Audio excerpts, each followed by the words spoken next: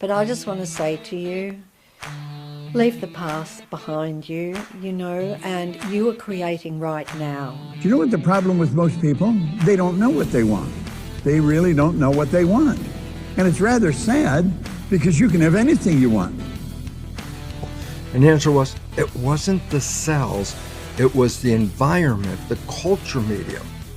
I go, wow, that's really neat. That's the foundation of what we call epigenetics. How powerful you are and how incredible you are. I see that some of you have written that you don't feel deserving. It's just crazy because you are so deserving. With every breath you take, you deserve everything, absolutely everything. There's no question about it. So, for a start, let's not ever listen to thoughts that would suggest that you are not absolutely stunning, okay? That you are super, super powerful and that you deserve whatever you want. Not just when you say you're going to manifest something, that's deliberate manifestation, but you are manifesting with every thought you think, with every belief you have. You are manifesting your life and everything in it. You are imagining your life into existence. And you just don't realize maybe that you're doing it until you become very aware of your thoughts. So for me, when I first realized that we create our life through our thoughts and that we manifest, my whole life flashed before me because I saw why I struggled with money and would get into negative gossipy conversations and all those kinds of things. And I employed the thought police. I had them stationed within me 24 hours a day, 7 days a week, and I just would not let a negative thought pass my lips or take root in my mind. I decided that I'm going to be positive no matter what. And when you do that, it's staggering what happens to your life. Absolutely staggering. The more positive thoughts you have, the more amazing your life will be. And life happens around us. Some negative things happen. But what you need to do initially, those things might happen. But you just need to have minimal focus on those things and focus on what you want. Focus on a joyful life. Focus on a peaceful life. Focus on absolutely everything that you deserve to have, what you want to be, what you want to have, and what you want to do. I thought about the secret, bringing joy to the world every single day, every single hour of every day. That's what I thought about. I focused on that. I imagined everything.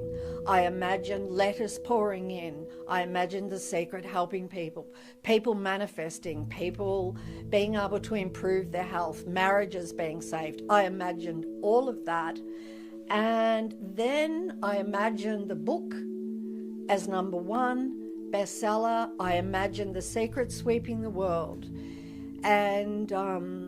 And so all of those things were imagined, and I absolutely embodied it.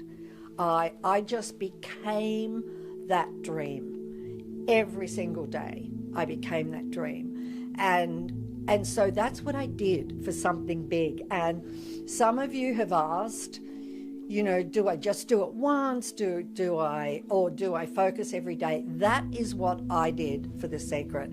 Later on with smaller things, I can just have a little thought and it will manifest. But if you want one big thing, then become that big thing. Embody that thing. The reason why you have to embody it is because law of attraction doesn't work in time. It manifests everything now. And in truth, that's the way you've lived your entire life. Every moment of your life that you've lived has been in the moment of now. You know, there's the past and there's the future, but when you went to school now. And when you know, if you got married now. And so, in truth, even though there appears to be time, everything that manifests is right now. When it comes to laws of physics, it's operating in the now. And so you must imagine what you want as having manifested now. That is enormous. Well, there's a glow of energy around you. You can train yourself to see it, and you can certainly feel it. Yet whatever we're thinking controls the vibration we're in. Because as we think, we activate brain cells, and that's what causes us to vibrate. Like, you know what the problem with most people? They don't know what they want. They really don't know what they want. And it's rather sad, because you can have anything you want. There is absolutely no limits, none. Now, you know, there's a part of our mind that understands that, our intellect can grasp that, but does our paradigm, does our emotional mind grasp it? Most people's emotional mind won't grab it. Well, I just can't grab that, you know. I mean, anything you want? Yeah, anything. Anything. You can create your own economy. You create your own life. Now, the truth is we're already doing it, just that most people don't know what it is they're doing. And they go all the way through their life and they never learn how to do this, how to make it work. Now that's all I deal in, because I learned how to make it work. And I'll mention that as we go through. But you see, I do know this, it's all about the mind. And it's about your marvelous mind. Now here's what we want to know. There's only one mind. We don't have a few thousand minds in here, we have one mind. Everyone's an expression of mind. Mind is movement, body's the manifestation of the movement. When we really get that, when that sinks into that part of us where we say we get it, then we could look at somebody else that's really doing well, yet thinking they're using their mind a lot better than me. I wonder what the hell they're doing. I think I'll study and figure it out. Now, it's a strange thing. Usually the people that aren't doing well don't want to study. They just want the answer, but they don't want to earn it. See, the beautiful part of this industry is that there's leaders. Now, there isn't as many as there's going to be, but there's leaders. If we study them, we'll see what they're doing, and we can do what they're doing. Now, I remember him telling me that. He said, just do exactly what I tell you. Now, you know, I had spent a number of years in the Canadian Navy. I had worked in bars and in factories. In fact, I couldn't hold a job. I had a terrible work record. I had a bad attitude. I mean, I was just about, you wouldn't want me even on your team. I mean, I was just that kind of a, no, you really wouldn't. I mean, I was a dead loser. And the idea that I could win was just so far removed. And you see, I would never do what I was told. And God only knows why, but when this guy said, do exactly what I tell you, his name was Ray Stanford, I decided to do it. And it didn't take me long to realize I made a wise decision, because compensation comes fast when you start doing the right things. Things start to change fast. You don't have to wait a long time, you know. Now, that doesn't mean you're going to become a millionaire tomorrow, but you're going to feel better about what you're doing right away. You're going to see immediate results in little things. If you're observant, you'll watch your life change right before your eyes. Doesn't matter what it is. There are laws that govern this whole universe. One of the laws that Carnegie gave us, that's one of the best, he said, any idea that is held in the mind, any idea, doesn't matter what it is, any idea that's held in the mind, that's emphasized, that you keep thinking about. Now get this, that's either feared or revered. You know, the great sufferer Job in the Bible, he says, lo, the thing I fear has come to visit upon me. Hold a bad idea, worry, you're going to get it, make book on it, you can take it to the bank. He said, any idea that's held in the mind, that's emphasized, that's either feared or revered. will begin to close itself in the most convenient and appropriate form available. That's the perpetual law of transmutation. I go, oh, then who are we? I say, we are the broadcast being picked up by the antennas. We're not the antennas. We're the broadcast picked up by it. And I go, well, why is that important? Because the broadcast is an energy field. And I say, oh, then each of us has our own unique energy field. I go, yeah. And that was the part that transformed my whole life, because it basically says, wait a minute. I'm receiving like the Bruce show, and this is the TV playing the Bruce show. You got the Jeff show in your physical body.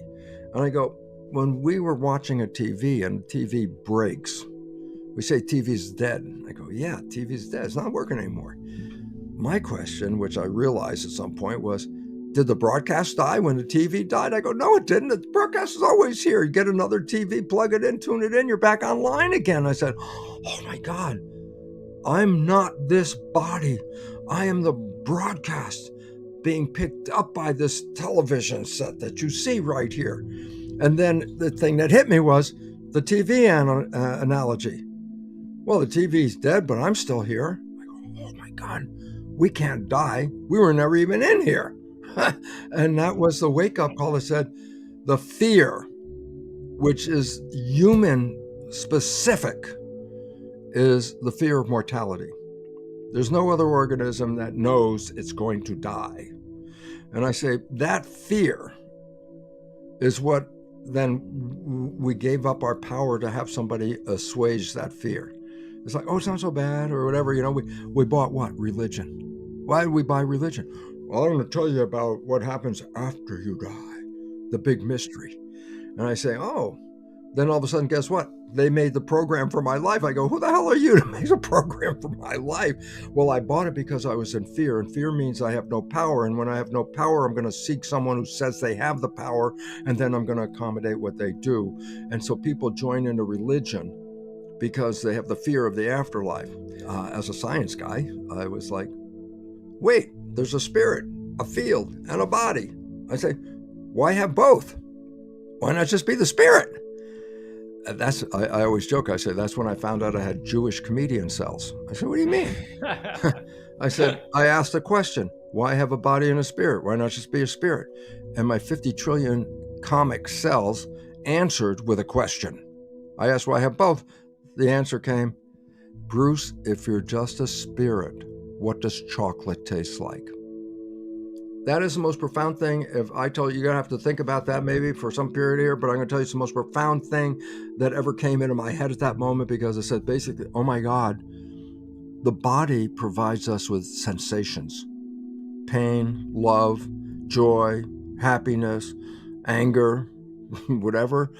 It comes from this mechanism. It's a mechanism. The eyes take in light, but they don't see light back here in the brain. They see energy vibrations.